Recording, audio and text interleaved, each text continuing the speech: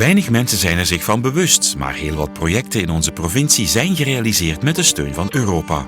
Onze regio kan daardoor meer tijd en middelen spenderen aan domeinen als wetenschappelijk onderzoek, economische innovatie, milieu en toerisme.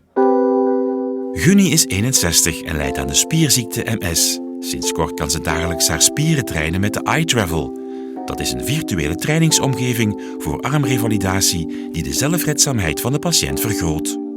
Ik ben op het moment binnen die 8 weken de uiltjes aan het vullen in het bad en onder de douche aan het zetten. Heel veel personen met MS en CVA hebben op een bepaald ogenblik problemen met het gebruik van de arm. Dus ze hebben zwakte in de arm, ze kunnen de arm niet meer zo hoog heffen, ze kunnen het moeilijker gebruiken in het dagelijkse leven.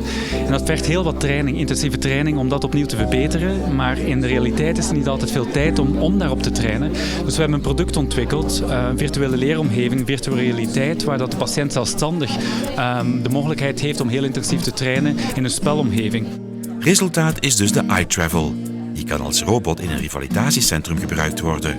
Maar met dezelfde software en een eenvoudige laptop kan je ook thuis de oefeningen doen. Het toestel werd uitvoerig getest bij 35 personen met MS of herstellend van een beroerte. De resultaten van dit Europees project laten weinig aan de verbeelding over. De opvallendste bevindingen waren niet alleen de toename van kracht en vermindering van vermoeidheid, maar ook het meer gebruik van de arm in het dagelijkse leven.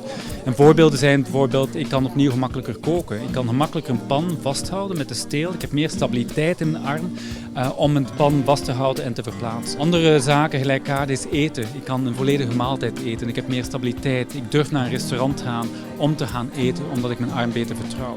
De arm is terug verbeterd als 2 jaar terug.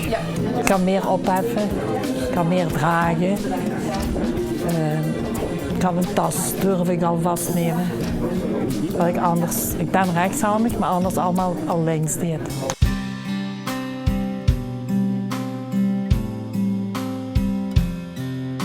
De zorgsector is op dit ogenblik een zeer belangrijke sector die ons in de provincie bezighoudt. Wij hebben denk ik heel wat troeven op tafel te leggen. We hebben ondertussen een goed uitgebouwde faculteit geneeskunde, we hebben biomedische wetenschappen, we hebben ondertussen ook toch wel een incubator. We hebben ook een aantal hogescholen die naast de universiteit heel sterk inzetten op zorg. En vandaar dat wij zeggen, kijk, de troeven zijn aanwezig, nu moeten we dit toch gefinancierd krijgen. We krijgen dit gefinancierd vanuit natuurlijk diverse bronnen. Ik denk aan Limburg Sterk Merk, ook uit middelen die vanuit Vlaanderen komen. Maar een belangrijke katalysator in dit hele verhaal zijn ook de Europese middelen. En die worden ook maximaal benut. Heel even het spuitje zetten, lieve. Ja. Jan schoolde zich na 20 jaar industriearbeid om tot verpleger. Nu is hij aan de slag als hoofdverpleegkundige in het woonzorgcentrum Het Park in Neeroeteren. En Jan is ook zorgambassadeur. Een zorgambassadeur is iemand die wat instaat voor de promotie van de beroepen in de zorgsector. En promotie, dat is eigenlijk meer een positief daglicht stellen van de zorgberoepen. En dat is naar iedereen toe, maar specifiek dan naar werkzoekenden en ook naar studenten. Zodanig dat zowel de werkzoekenden als studenten een bewuste keuze kunnen maken om een stap te zetten naar de zorgsector. Bijvoorbeeld het Zorgfestival, daar hebben we aan meegewerkt. Dus daar kwamen mensen werkzoekend, daar kwamen ook zowel studenten. En daar hebben we kunnen uitleggen wat werken in de zorgsector, wat dat inhoudt en wat eigenlijk de positieve punten daarvan zijn. Het zorgambassadeurschap is een van de pijlers van het project Future Proof for Cure and Care. Dit is een EU-regionaal project om zorgberoepen aantrekkelijker te maken en de kloof tussen vraag en aanbod te dichten.